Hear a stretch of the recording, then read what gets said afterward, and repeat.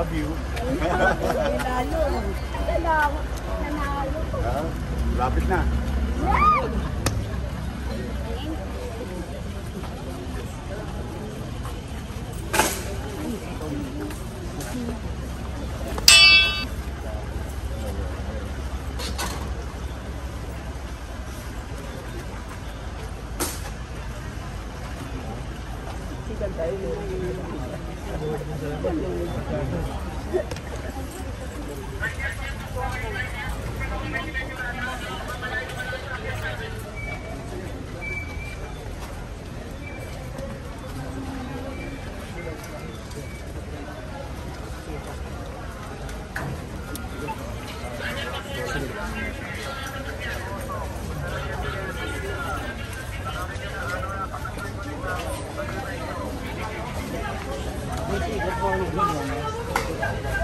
Morning, Konsi.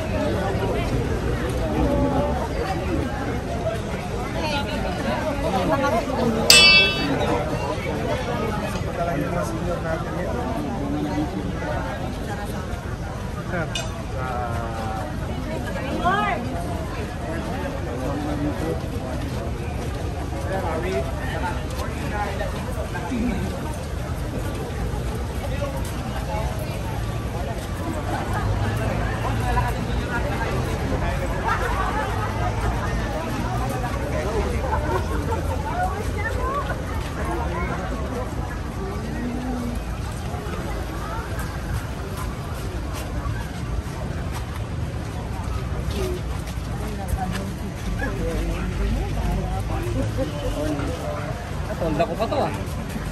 Akin pa to ah. Akin pa to. Kunwari lang barangay. Pero sa totoo, yun mo. Hindi man lang ginagamit eh. Mga lang bodega. Pati bag yun.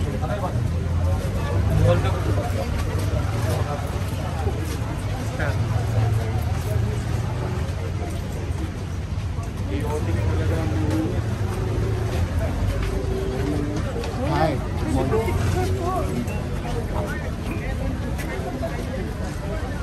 Ate Gita, ito pa po. Sa kanya lang. Thank you po. So, Andres. Ginil. Ginil. Sir.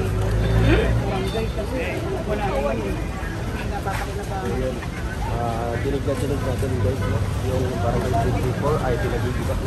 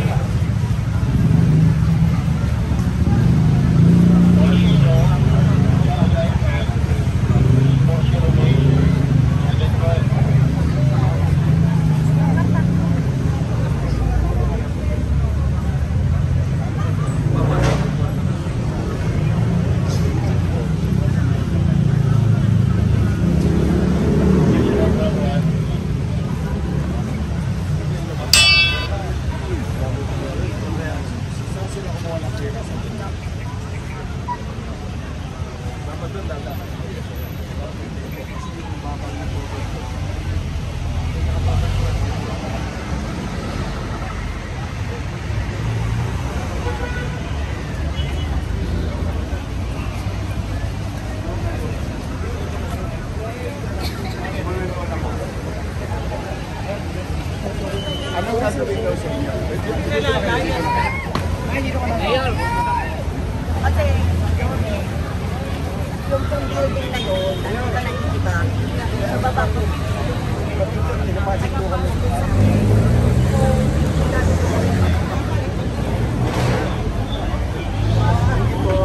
Ganyan po. Tanong ko muna. Magkikiba na ako. Kasi sabi ko, project daw po yan. Joel Chua na walang permit sa amin. Yan ang sinasabi ko. Ngayon, sinabihan kayo nagkikiba ito. Senior citizen ko. Pag-aari rin ng Maynila. So, kami po ay hindi ko, actually mga sinabi ko, ilag po kami dyan. Sino nagpapalis? Yung po, CRP, labihan na kami. Musta kayo? Ano dito? Chairman, Yung pagkikita na ito, bodega. Hindi naman nagagamit na barangay. Kasi nagiging bodega lang. Hindi naging may itsura. Barangay hall mo ba yun? Saan ng barangay hall? Tignan nyo. Nakita nyo ba barangay hall?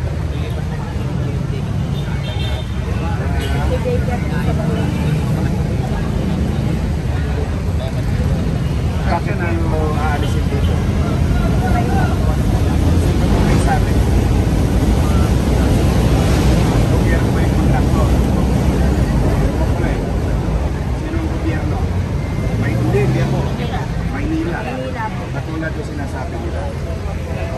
Unang-una walang permiso sa amin to. Sabihin nyo kay Congressman Chua. Saan ang permiso nito? Unang-una, property ng Maynila yan. Saan yung property namin?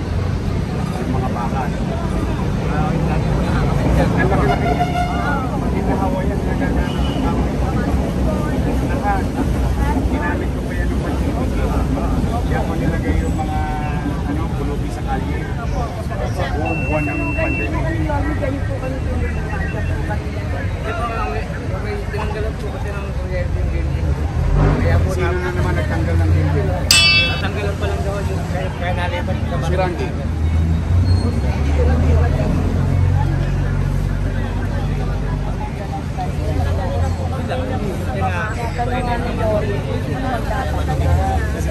Randy. Ito, Janisa. May permit sa ito, wala. Wala ba? Oh. Ako, yung may tatanggalin reklamo yung po. kuryente ng daycare? Huwag niyo tatanggalin yung kuryente ng daycare. At kayo, manatili kayo dyan hanggat walang pasya ang pamahalang lungsod ng Maynila. Hindi congressman. Bakit? Property yan ng Maynila. Hindi yan property ng Congress. pero yung sabi ko sa mapatayan ako ng kuryente. Di po, na, Bakit? ito ang city electrician. Hindi pwedeng sabi-sabi lang. Katulad yung sinasabi ni Chen. Huwag kayong umalis doon hanggat hindi sinasabi ng pamahalaang lungsod ng Maynila. Kasi property yan ng lungsod ng Maynila, hindi ng Congressman Chua.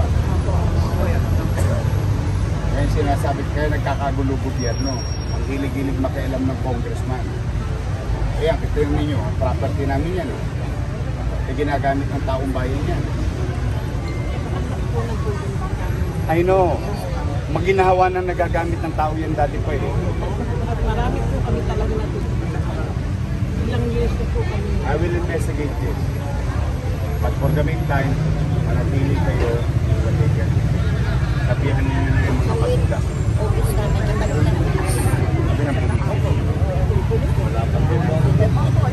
Ulitin ko po. Dami makapagpapaan sa inyo dyan. Tama lang. Gabi na po. Wala nang iba.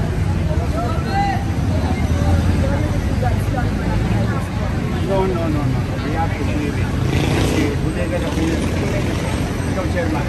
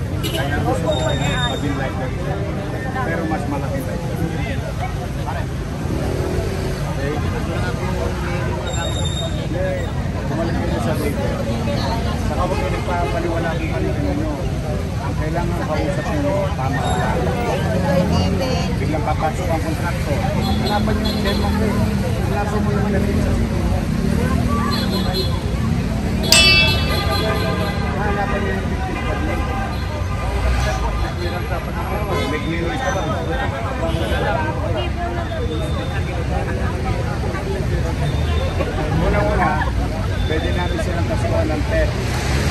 Bakit? Yung building dyan, bakal, property ng Maynila yun. O ngayon at sa amin, sino nagpakilo? Ayun. Yan dapat ang iniimbestigahan ni Chua. Hindi kaya sinasabi ko eh. Abusado kasi silang lahat. Para silang siga ng tama lang. Giba dito, giba doon. Hindi nyo nga alam. Kaya nagkakagulo ang tama lang. Hindi po pwedeng gano'n. May gobyerno na sa Maynila. Para kanino? Sa mga taga Maynila. Katulad niya, kung di ako nadaan ngayon, malamang wala na kayong daycare center. Tama ba? Saan nyo ilalagay yung mga bata? Pero may poder at may-ari, gobyerno ng tapos nagpapalis sa inyo, congressman at saka contractor. Para pa nagka-gobyerno pa kayo. Pag pinalis namin kayo, may dahilan. Tama, may kakailangan. Katulad yan, sinasabi ko sa inyo. Hindi naman nagaganda. Alisin. Sino nagsabi ng kamalan? Kung-notify ka siya. Kung makasaya kayo, pero yun naman dito, sa inyo ko rin. Kasi meron pa ako sa San Lazaro residence para sa inyo.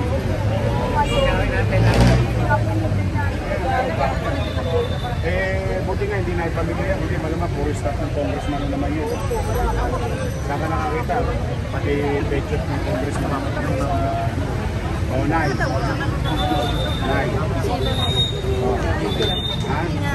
Hindi siya pwede magkakapisina ka kasi property ng Maynila yan.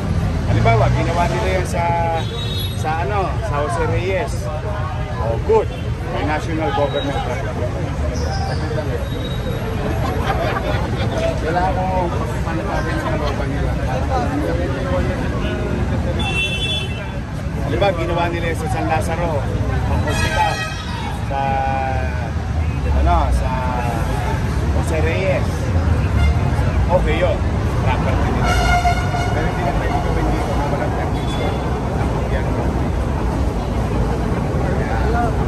May gobyerno na ngayon.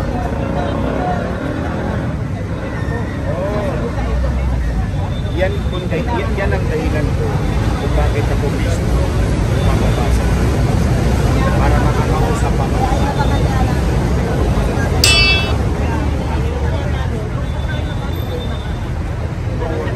Solve na problema mo. Okay? Manatilan.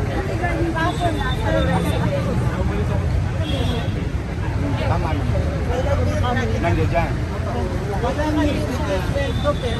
Tumutulong. Ngayon, tapos palalayasin pa kayo ng malaman lang. Hindi ayuda eh. Hindi ayuda. It's more on, saan kami? Anong.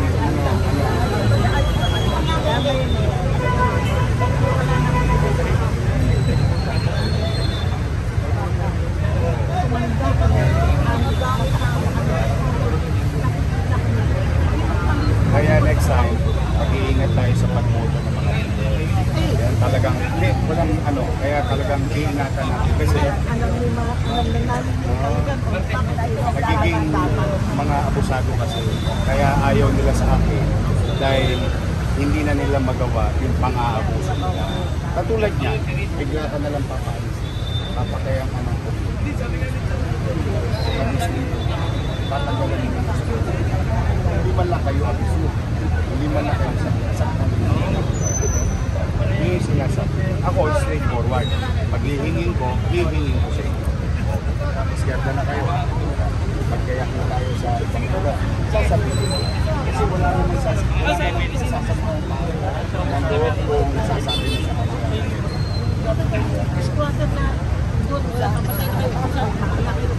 Eh, siga eh. Quadcom, di ba? Galing sa Lazaro residence, application mo, wala na po panahon po kasi ang balak ko rin yung pamigay sa mga dito. Kung ano, danay. Yung dokumento nyo, itinapon sa isang kwarto sa San Sebastian. Natagpuan na namin.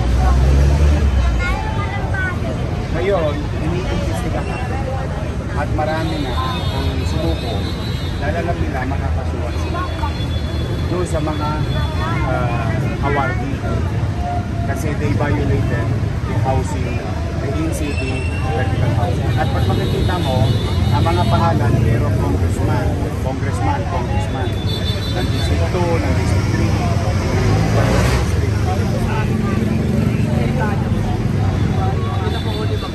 3. Yan po ay para sa pamilya na walang kahalan.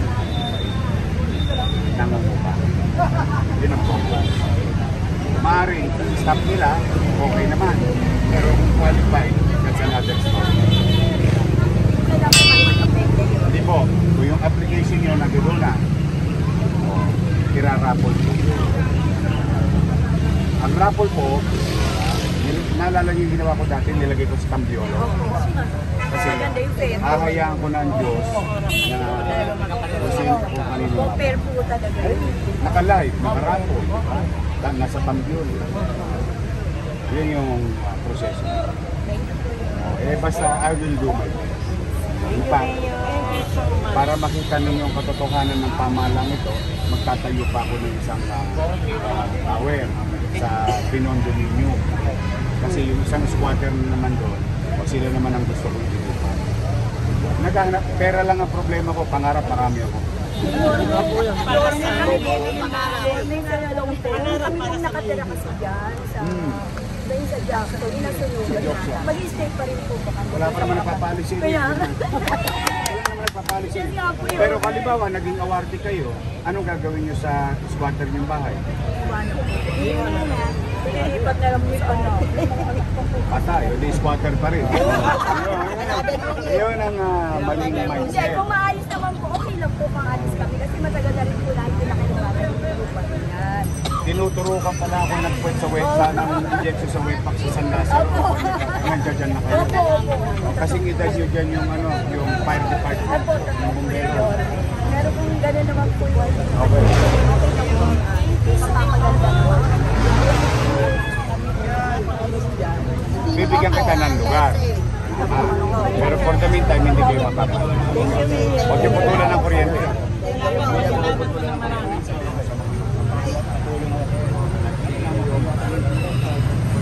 Pumanatag kayo.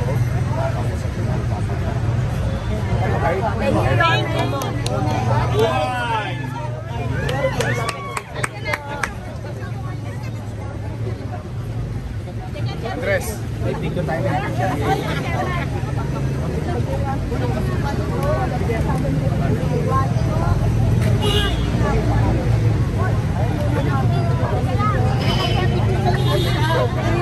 Saglit lang ha. Saglit lang. Saglit lang. Ano lang kayo? Yung kay Jackson, yung kumama kay Jackson.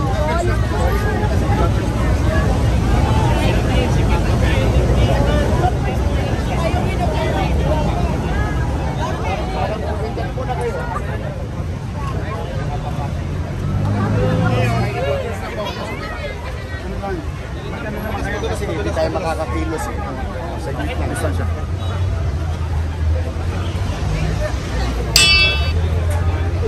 Three meters distance. 3 meters distance. 3 meters distance.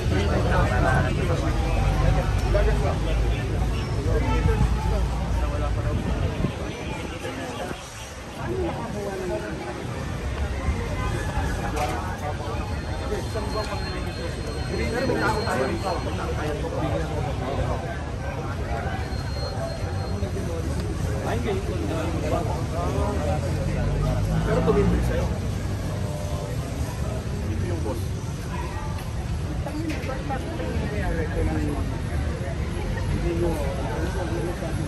Ito. Lahat ng kumpis na yun. Walang permission. Penalize nila lahat yung mga gamit nila dito. Ano, hindi na ako matungkol doon. Wala na talagang no? Kanya-kanya. Tangin ng mga congressman yan.